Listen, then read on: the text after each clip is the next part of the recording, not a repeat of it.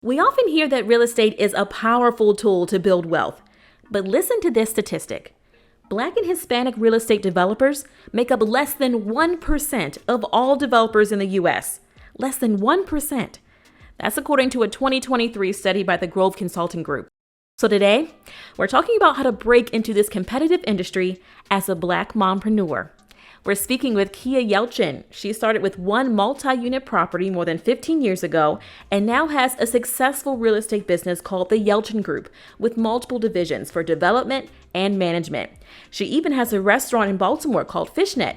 And all this while at one point homeschooling her two daughters. Let's meet her.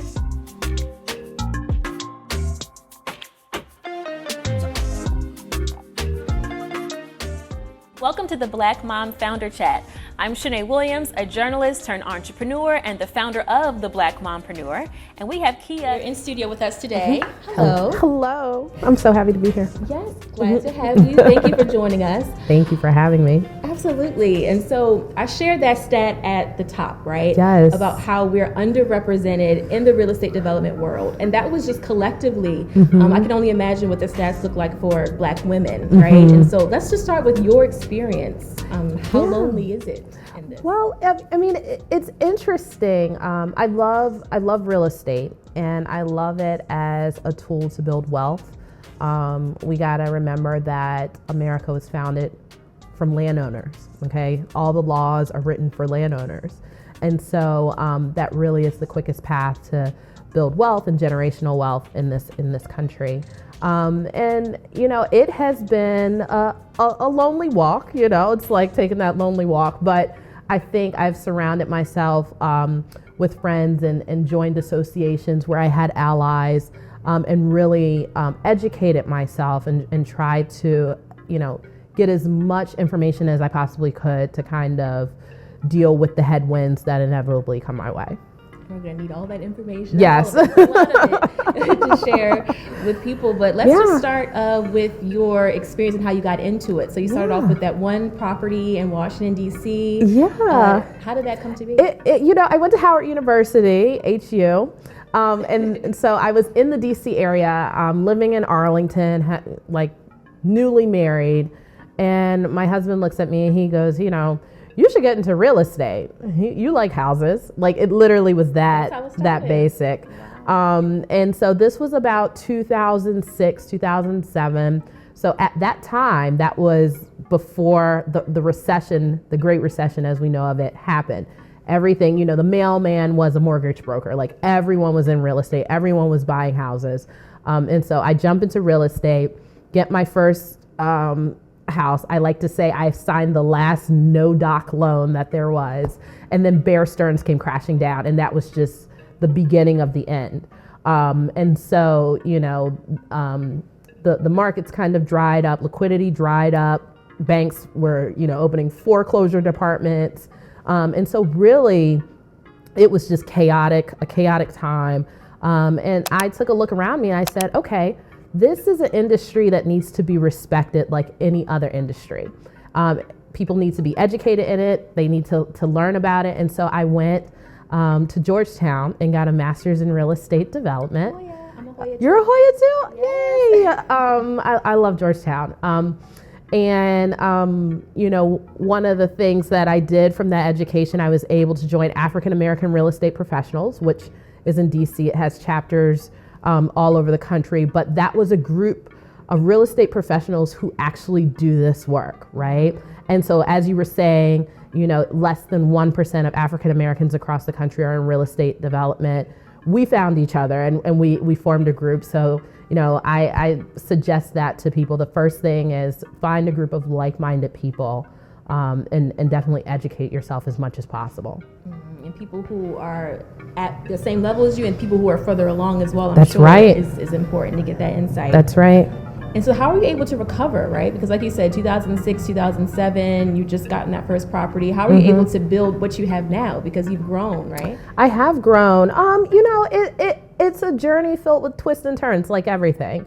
You know, I was in the DC market, and so over time, you know, the asset just appreciated at a amazing rate because it was DC, about 15 years ago, more or less. And so, the asset appreciated, and I looked for other markets in which I could add value. And I think that's the thing when you're starting out in real estate is you have to look for assets that you can add value to.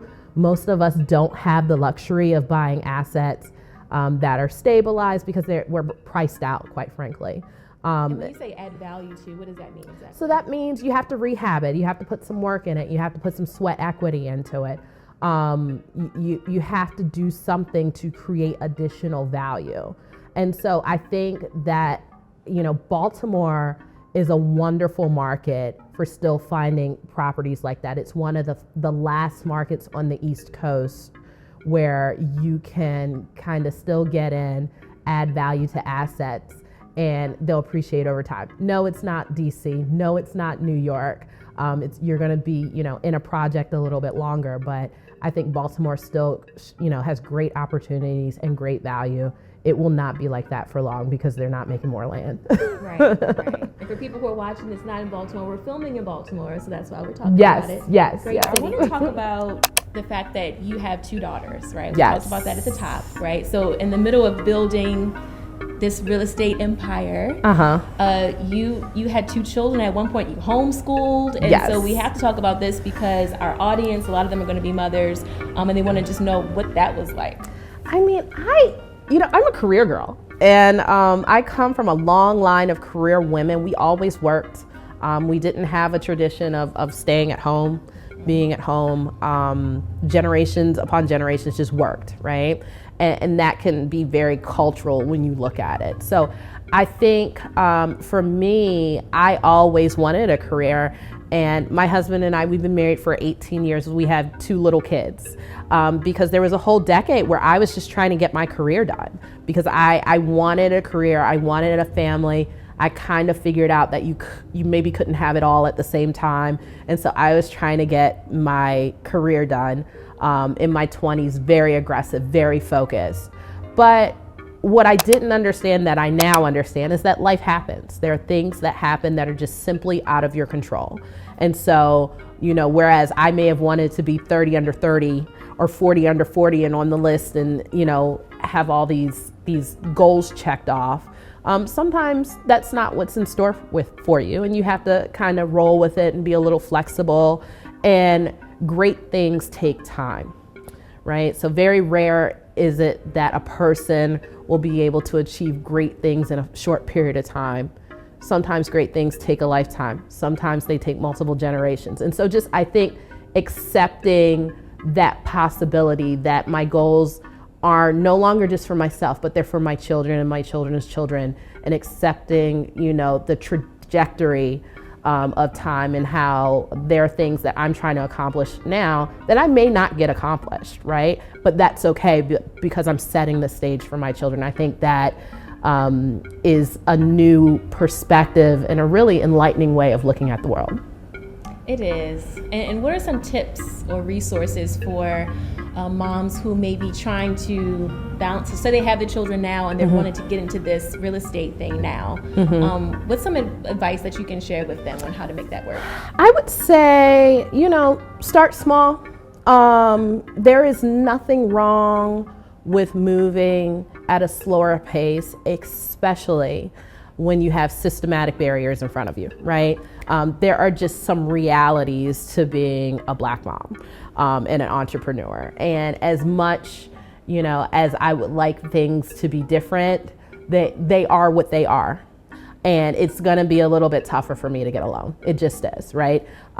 It's gonna be a little bit tougher for me to kind of maneuver through some spaces and meet the right people and have those people believe in me and invest in me. There are just some realities to this journey. And instead of being eternally frustrated, I think one of the things that I chose to do along the way was to really pour into my children and take it slow. My kids are only little once. And so if I can't grow the businesses as fast as I want to, that's okay. This is 15 years of my life, but it's the foundation for their entire lives. And so if, I have to move a little bit slower to be present, that's okay. You just kind of build it brick by brick, and once you know your family's stable, hit the gas again. But while they're little, take the time. And you homeschooled for 2 years. I did. It was so fun. I was so bad, you guys. It was so bad. Homeschooling was a learning experience for me. I wanted to take the time to spend with my children. I thought as long as they could read and count, that was okay. Didn't realize they needed to read and count at increasing levels. But we had a lot of fun, there was one experience that stands out to me where we were studying the states, American history. And I said, you know what, instead of sitting in this house, let's go to Georgia. So we took a midnight train to Georgia and we toured, there's actually a midnight train to Georgia. Go figure. So we took that train and we walked around, Savannah and South Carolina and just stayed. And those are things that you can't really do when you're in school, but homeschool allowed us some of these experiences that I think can last for a lifetime. That's beautiful. And then what did it look like homeschooling and working? So how does it, or even now, what does your day-to-day look like? Because your daughters are how old? They're 8 and 6. 8 and 6. All right. Mine 8 and 4. Yay. My boys. And so, what does your day-to-day look like? So I think one of the things, it's kind of like this little secret that mom entrepreneurs keep sometimes, but I'm going to tell all of you. Please. The secret is help. Okay. So I have had a full-time nanny for over 5 years. I've kept a part-time assistant for the past 10. And I think mom entrepreneurs need that. You cannot do everything. It is physically impossible to do everything. So I can't be focused on taking my kids on experiential homeschooling journeys if I am cleaning the bathroom all the time or washing dishes, washing clothes, running after the cat or the dog. There's just not enough time in the day. And so I tell all of my mom friends and my mom entrepreneurs, what is the highest and best use of your time? What is the thing that you can do that no one else can do, right? And that's where you spend your time. And that's not washing the dishes. It's not washing the dishes. It's not, someone else can do that. But it is spending time with your children in a meaningful way. It is maybe doing strategic planning for your company. I have a restaurant, as you mentioned.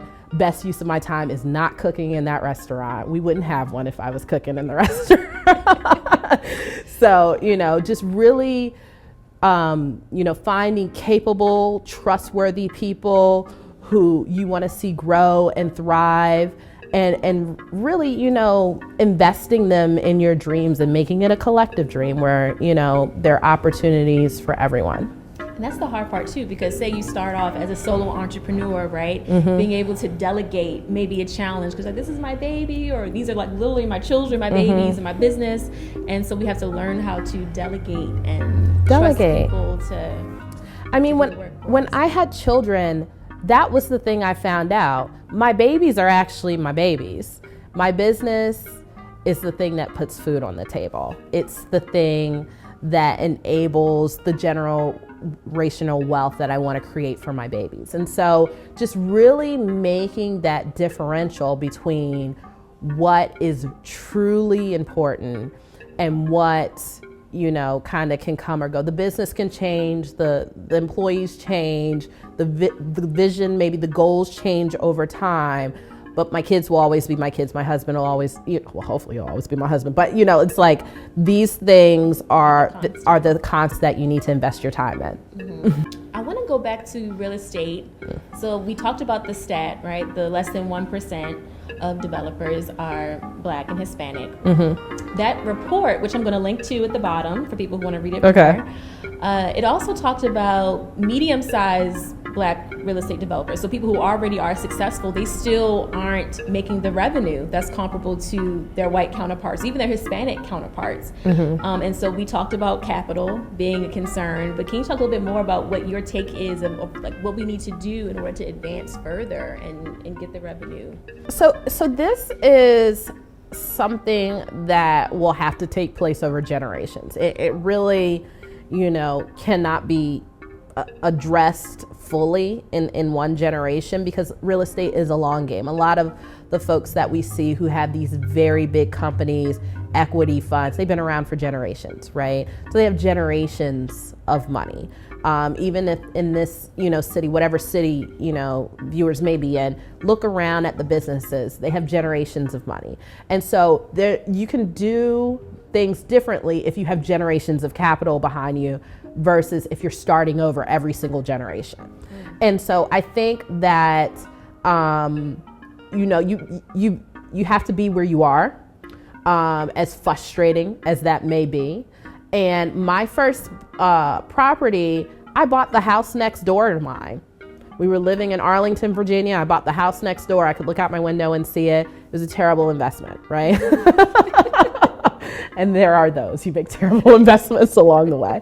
But, I started with something that felt manageable to me, that was small. Next property I bought was a fourplex, four units in an apartment building in DC. It was small, but it was, the thing that I could do. In the neighborhood, I sometimes tell this story about how I'd be out there cutting the grass, and I knew all the, the drug dealers and the people sitting outside. It wasn't a good neighborhood, right?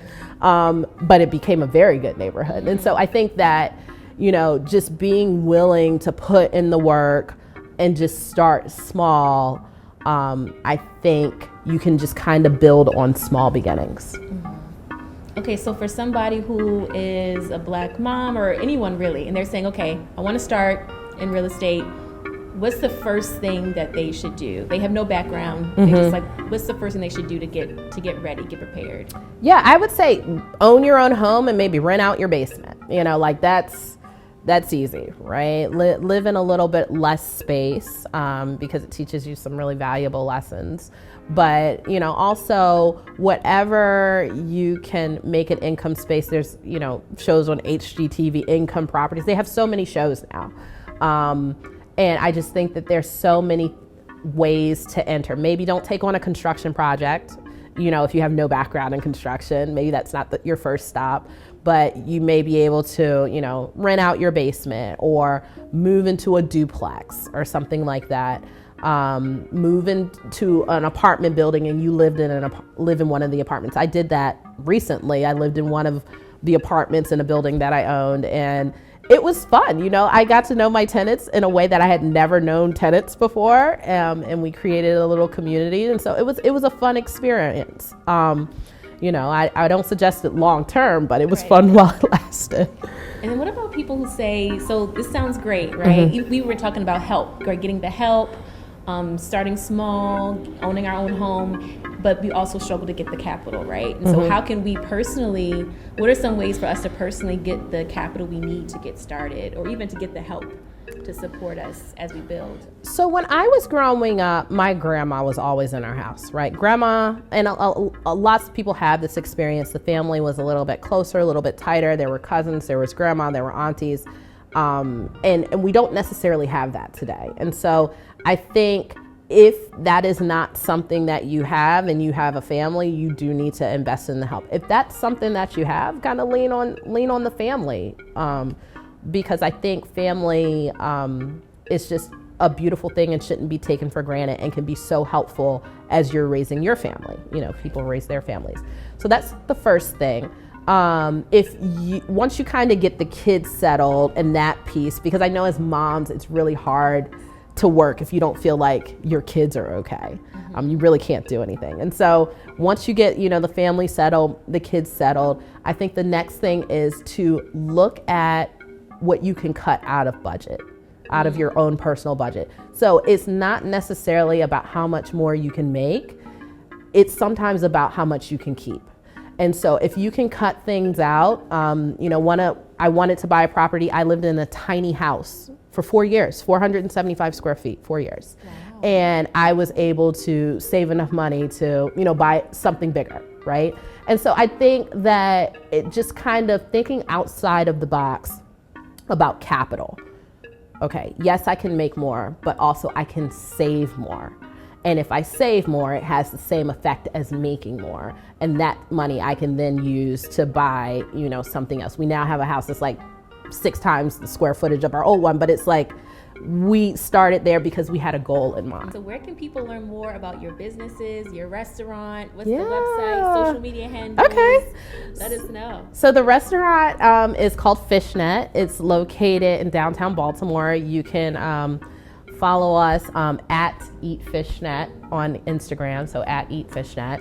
And then our website is eatfishnet.com. And then for real estate, I don't do real estate as openly as I used to, but I still do real estate. So you can just reach out to us at www.theyalcingroup.com. And, ask me any questions that you might have. I'm here to help. I want to see more mompreneurs in real estate. Thank you so much, Keyia. Thank you. This is a very enlightening conversation. Yes. I appreciate you sharing your story and your insights. And we hope that it was a helpful conversation for you. The whole purpose of this talk and this series is to provide you with the resources and inspiration that you need to really create the life for you and your children that you want.